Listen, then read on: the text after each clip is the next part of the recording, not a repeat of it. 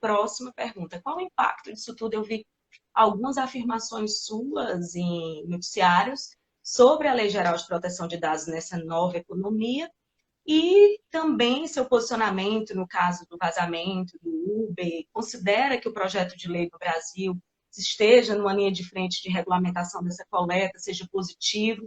E sobre o adiamento ou não da Lei Geral de Proteção de Dados, eu queria saber teu posicionamento. Se considera positivo as empresas persistirem nessa implementação ainda sem a vigência da lei?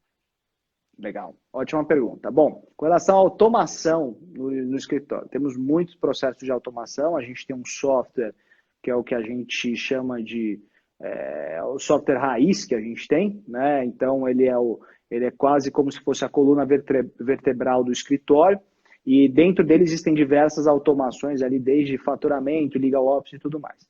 Além dessa ferramenta, que ela é muito importante, mas ela é uma ferramenta que acaba sendo mais administrativa do ponto de vista jurídico, a gente tem algumas ferramentas de automação de contrato, principalmente para processos de M&A, processos de rodadas de investimento, onde a gente tem que trabalhar com um número enorme de investidores, né, mais de 50, 100 investidores em alguns casos, e isso demanda um esforço hercúleo para conseguir todas as assinaturas, para conseguir, né, fazer o step by step, os reports relacionados às assinaturas desses documentos. São documentos complexos, com anexos.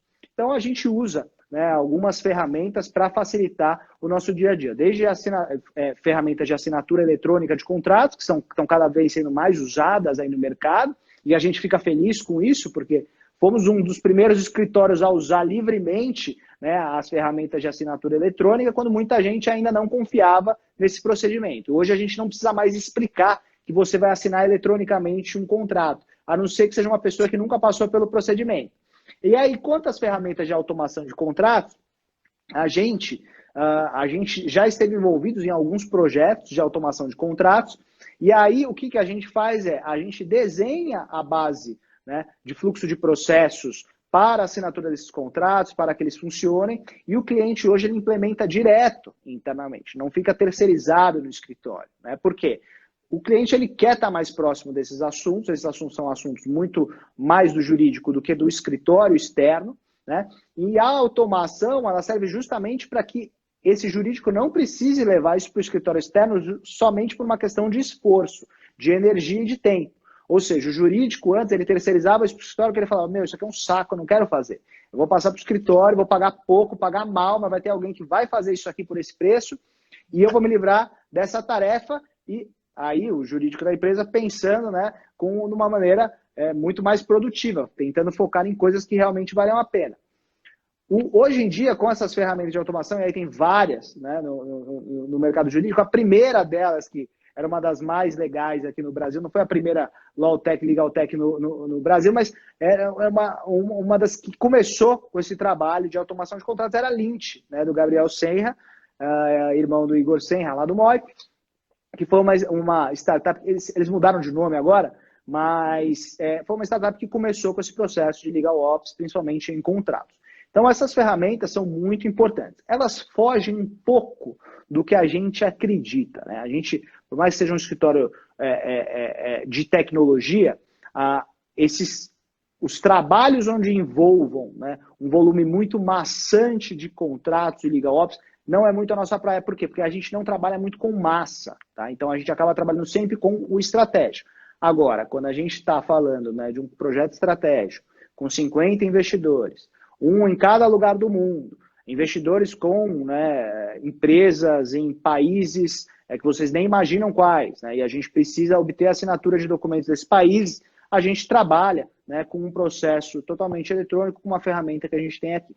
Fora essa ferramenta, também a gente tem uma muito interessante da Thomson Reuters, né, que é uma grande fornecedora de tecnologia jurídica, que é uma ferramenta que nos ajuda aí a encontrar, né, ativos, nos ajuda também a verificar, né, os contratos sociais de empresas fora do país e ver quem são seus sócios, informações fiscais, quando possível. Então, é uma ferramenta que ajuda bastante a gente em alguns projetos, principalmente no M&A. Aí, bom, acho que respondida a pergunta, né, com relação ao que a gente usa lá no escritório, falar de LGPD, né? LGPD é um tema que eu já estive mais próximo da LGPD. Eu trabalhei muito em projetos relativos à GDPR, à LGPD também, mas nos casos da LGPD, a gente tem um outro sócio aqui no escritório e ele tem tocado mais esses assuntos, né, no dia a dia com os clientes. Mas, basicamente, né, a gente continua próximo aqui, analisando principalmente esse ambiente legislativo. O que a gente tem visto aí, de acordo com o burburinho do mercado, e aí trazendo em primeira mão aí para vocês, uma informação que veio de Brasília no final da semana passada, é que muito provavelmente a LGPD entra em vigor esse ano, né? Deve entrar em vigor ainda em agosto, né? E existe um movimento legislativo forte nesse sentido. A gente todos sabem que é um momento péssimo para isso, né? A gente já tem muitos problemas para se preocupar, os gestores, os empreendedores, empresários têm muitos problemas para se preocupar, mas a LGPD deve fatidicamente entrar em vigor este ano. Isso significa que as empresas vão ter que se adaptar ainda esse ano. Eu lembro quando no ano passado, né, quando eu ia vender projetos de LGPD para os clientes do escritório e prospectaram aos clientes, e a gente foi bastante gente, a gente falava, não, tá tranquilo, é lá em agosto de 2020. E aí chegou a virada do ano, não, vai ficar para depois. Aí veio a Covid, que foi em março, a gente já está no meio do ano, né? Veio a Covid, não, vai ser ano que vem. E todo mundo, até um amigo meu, que se estiver vendo aí, vai se reconhecer, mas só de um grande escritório, talvez o melhor, um dos melhores advogados de proteção de dados do Brasil, deu um parecer dizendo que ia entrar no ano que vem. Teve que rever a opinião dele, né, uma opinião que não deve ter sido barata, né, para o cliente. E é um profissional fantástico, mas infelizmente o ambiente legislativo não está na mão dele, né?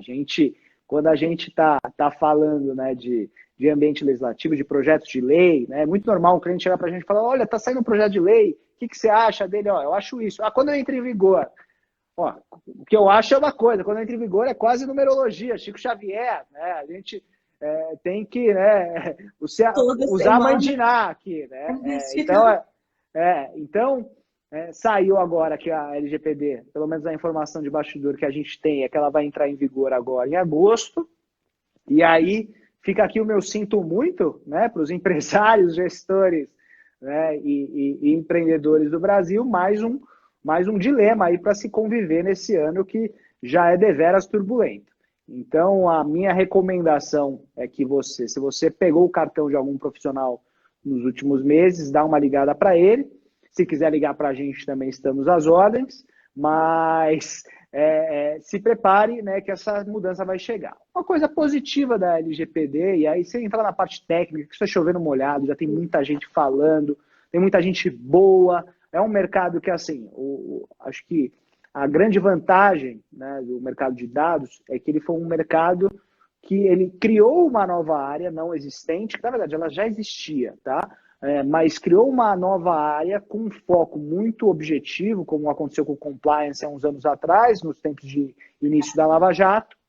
E essa nova área do direito, ela serviu como um grande imã, né, de profissionais que muitas vezes não estavam felizes nas suas carreiras ou que encontraram na proteção de dados, né, uma nova área cheia de vida, cheia de energia, cheia de grandes possibilidades, com uma lei chegando no país.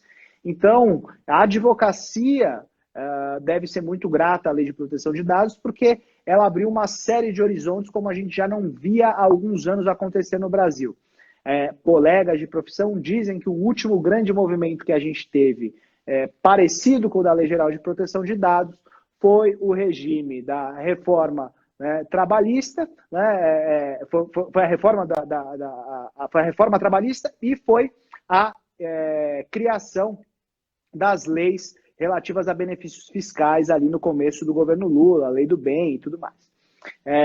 Então é um movimento bem interessante, e só lembrando, né, naquela época muita gente migrou para o tributário também, porque virou uma área super competitiva, virou uma área onde os advogados achavam que iam ficar ricos, né? Então, foi uma área bastante promissora, e proteção de dados tem um pouco disso também.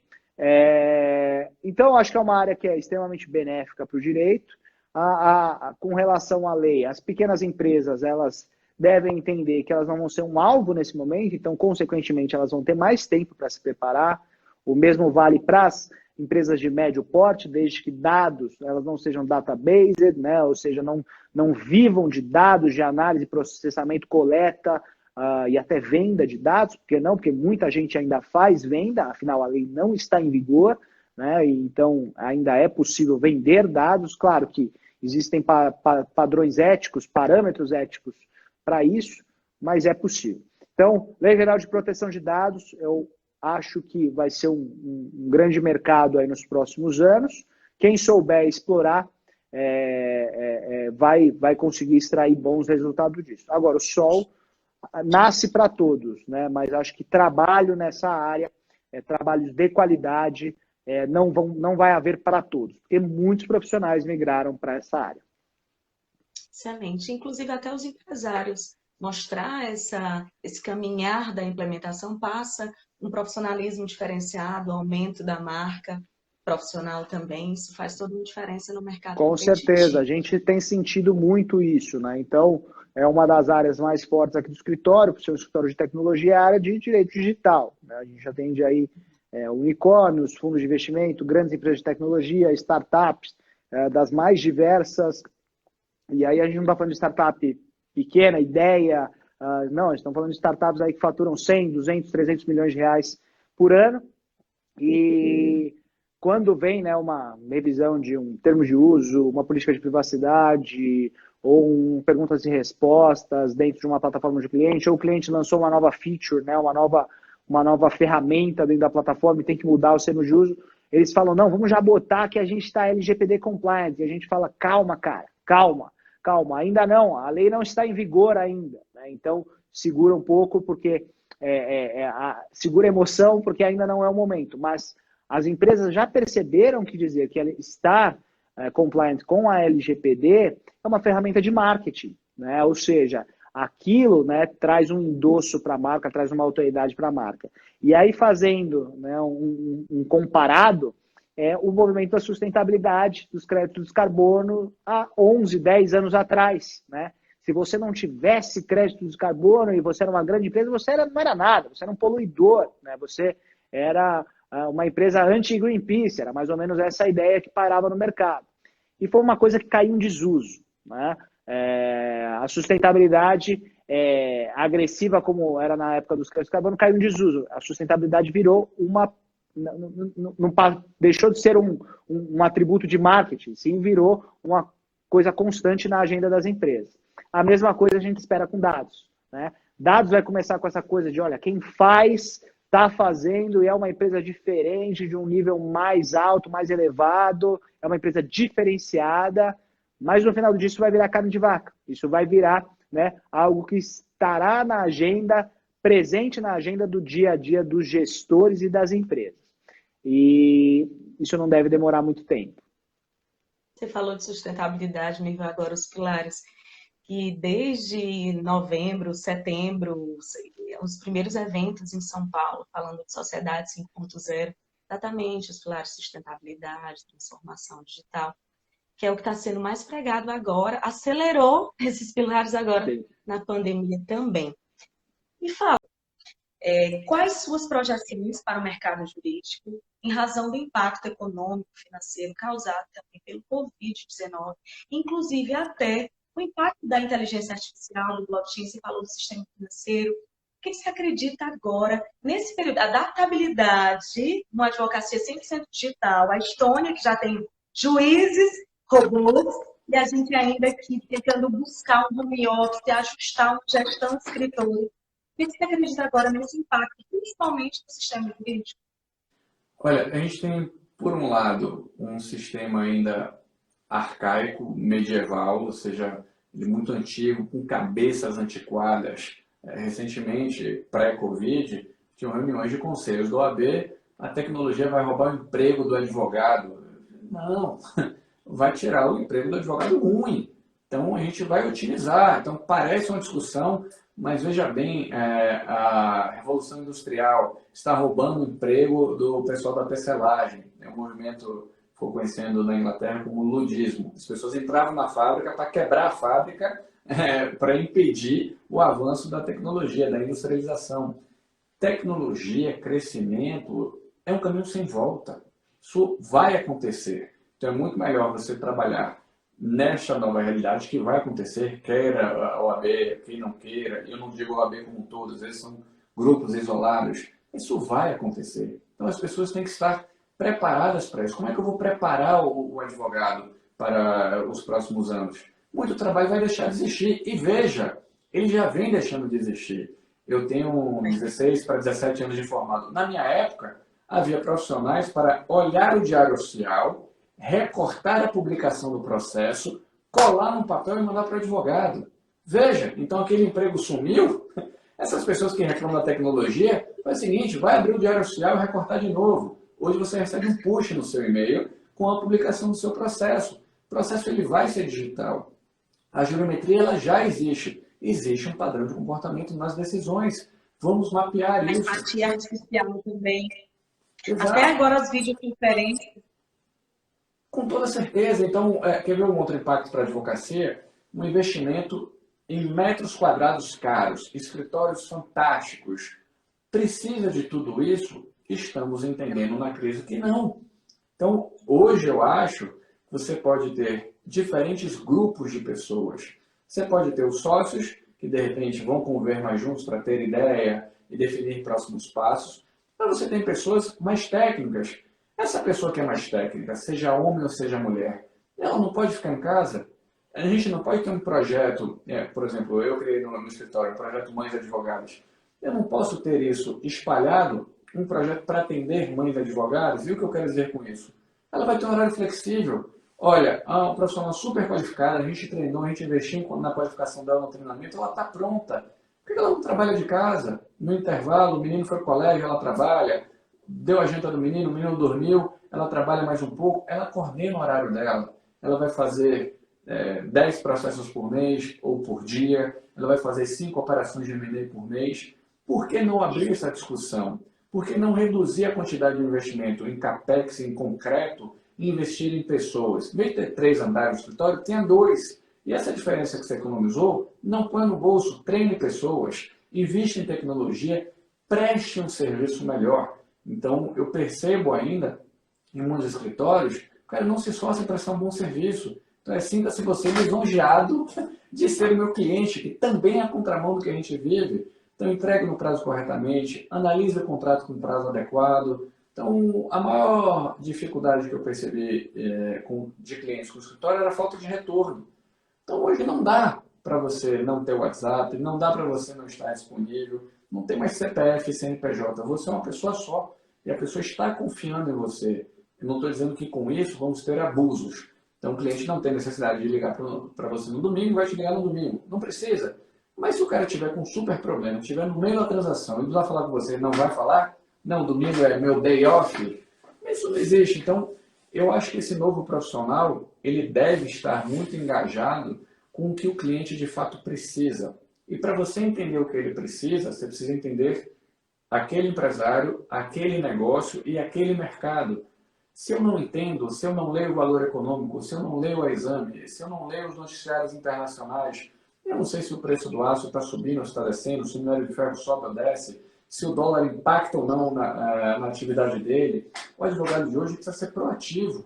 Então, exemplo, agora com a crise, eu liguei para alguns amigos próximos, empresários, e falei, eu sei que isso vai impactar no seu negócio, como é que eu posso te ajudar? Eventualmente, ele nem consegue enumerar a prioridade dos problemas dele, mas ele tem alguns. Eu falo o seguinte, me passa esses 3 aqui, deixa que eu resolvo. Eu, de repente, não sou especialista nessa área, mas eu vou te ajudar. Eu vou te ajudar a achar o melhor especialista para este problema. O tipo de relação que você passa a ter com o seu cliente é de parceria. Cobrando, não cobrando, cobrando mais, cobrando menos. Quando a pessoa se sente bem tratada, dificilmente ela vai ter problemas em pagar. A não ser que seja um cliente ruim. Mas o cliente ruim você não quer ter de qualquer jeito. O tempo vai te ajudar a peneirar. Então, não dá para combater a tecnologia. Tem que entender como eu formo os novos profissionais. Que tipo de habilidade esse pessoal vai ter? Então, o pessoal vai ter que trabalhar em home office. É fato que vai ter. O pessoal vai ter que ter responsabilidade à distância. Então, tem aí um e-mail famoso no escritório de advocacia, que teve videoconferência e o cara não tinha tomado banho, o outro não tinha feito a barba. Pessoal, trabalhar em casa não significa não trabalhar ou sair do sol, fazer uma videoconferência e voltar para o trabalho. Trabalho é trabalho. Bacana.